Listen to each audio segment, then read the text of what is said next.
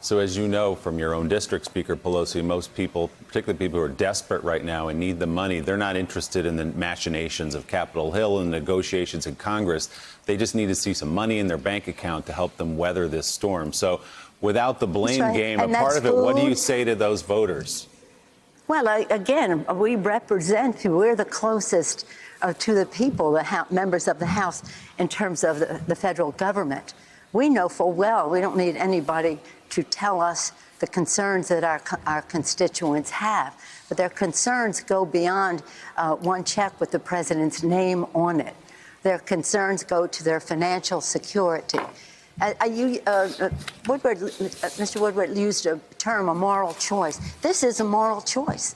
The Republicans, as usual, are in there ignoring the needs of the American people. Let's just do this one thing and get them off our back. That's not what this is about. This is about crushing a virus that they refuse to accept the science on. That is what is going to make the biggest difference. We can't, some people said, well, we'll do this bill and then we'll do another bill. You think the administration is going to do another bill? All they want is to have the president's name on a check going out, $300, and that's all he really cares about. But again, this is a moment. This is big. They have a skinny bill, as Chuck calls it, emaciated bill for a massive problem. And I don't know why you all are not saying to the Republicans, why don't you give in? You say it to us, and we came down $1.2 trillion. And we think we can negotiate within that because we have prospects for what will happen in January, and we can go beyond that now. But right now, we're not just going to we think they should come to the table. Why would they not want to honor our first responders, our healthcare workers, our sanitation, transportation, teachers? Why would they not want us to do our best job by putting resources into the schools to make them safe for our children, whether they're going actually virtually or in some hybrid way? When you start flirting with the endangering our children, them's fighting words. And why? Are the American people not worth it? I say to them, is it the price? You think it's too much? Or is it the money? You'd rather spend it to give tax cuts to the top 1% and 83% of what was in your tax cut. We just think that this is a values debate. So it isn't about finger pointing, and it isn't about machinations. It's about meeting the needs of the American people. And they know that. And that's not a priority for them. And that's why we have this impasse at this time. But fortunately, we'll be able to correct some of it in January. But right now, we have to do more than just have the Republicans check a box. Speaker Pelosi, we've heard concerns from a lot of Americans. I'm sure you have as well, everywhere you go. We've heard a lot of concerns about the president trying to undermine the credibility of the elections, about the institutions not holding up, about the president not leaving. It's a debate that has been going on for some time. I have always said America's institutions are strong enough to stand up to a reality TV host. I am shocked, still shocked, by how far that reality TV host will go, and even undermining American elections and defending Russian dictators. I still have confidence in those institutions to hold up. I'm curious, though, what do you say to those who fear that we can't have a fair election, and even if Donald Trump loses, he may not leave office? Well, you know what I say all the time. We don't agonize, we organize. People have to face the reality that he is attempting to undermine the election in every possible way, welcoming Russian interference into our elections, dismantling the Postal Service to place in doubt whether people's ballots will get to them and back to be counted in time and the rest. So it's not that you ignore it completely.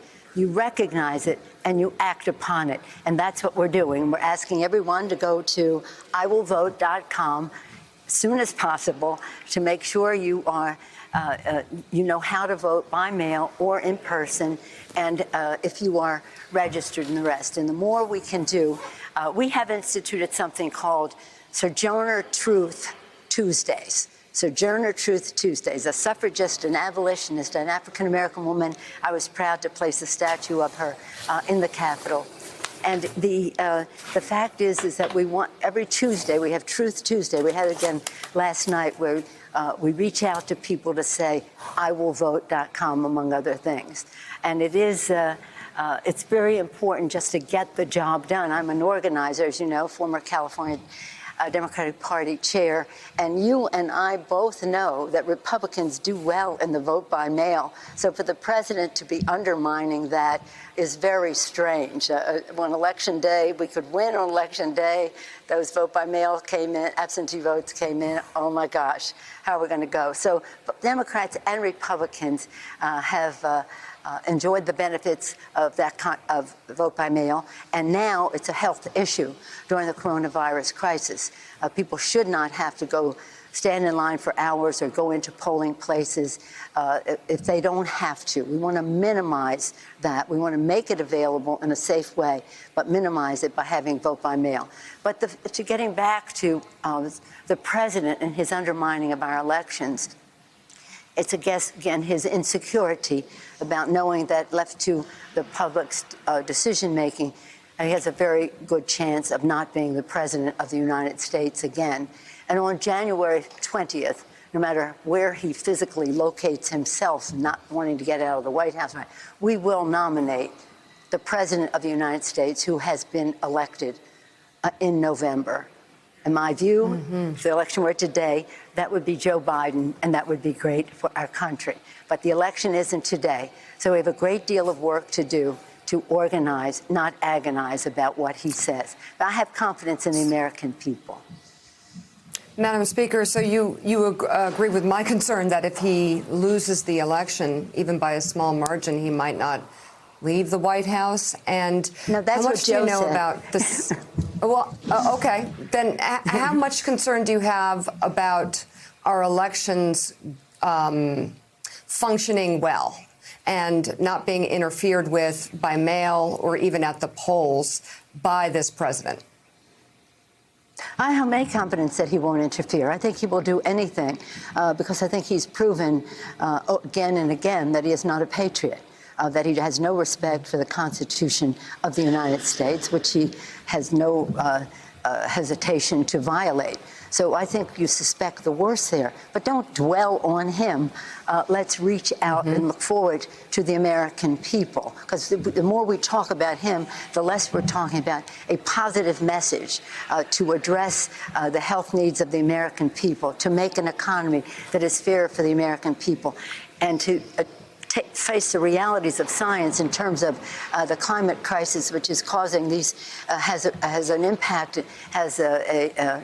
has influenced what is happening in California and the whole West, as well as the storms that are battering the Gulf Coast. This is a reality. So, and when it comes to the coronavirus, they have contempt for science. That's why we have almost 200,000 people who will lose their lives by the end of this week. 200,000 people. And that's why there is contempt for science as to what the climate crisis is. This past weekend, I had the privilege of hosting the G7 heads of parliament. Every year, as you know, the head of state holds a G7 heads of state meeting. This year, that meeting was to be in the U.S. What you might not know is that a month or two after that, in each country of hosting, is the heads of parliaments. And we had that this weekend virtually. I was so proud. Dalai Lama, Bono, Jane Goodall, but scientists and policymakers. And what was interesting is the theme was addressing the climate crisis with economic and environmental justice. That was declared a year ago. However, because of COVID, that justice leadership was needed too. But just to make this point, there is no conflict in the other countries about whether there is a climate crisis and whether human behavior has an impact on it. The only place really of any significance is Donald Trump and the Republicans in Congress who have always been in denial on this. That will be another good aspect of the Joe Biden, Kamala Harris administration come January. All right. All right, House Speaker Nancy Pelosi. Thank you, Madam Speaker, very much for being on this morning. Thanks for checking out MSNBC on YouTube, and make sure you subscribe to stay up to date on the day's biggest stories. And you can click on any of the videos around us to watch more from Morning Joe and MSNBC. Thanks so much for watching.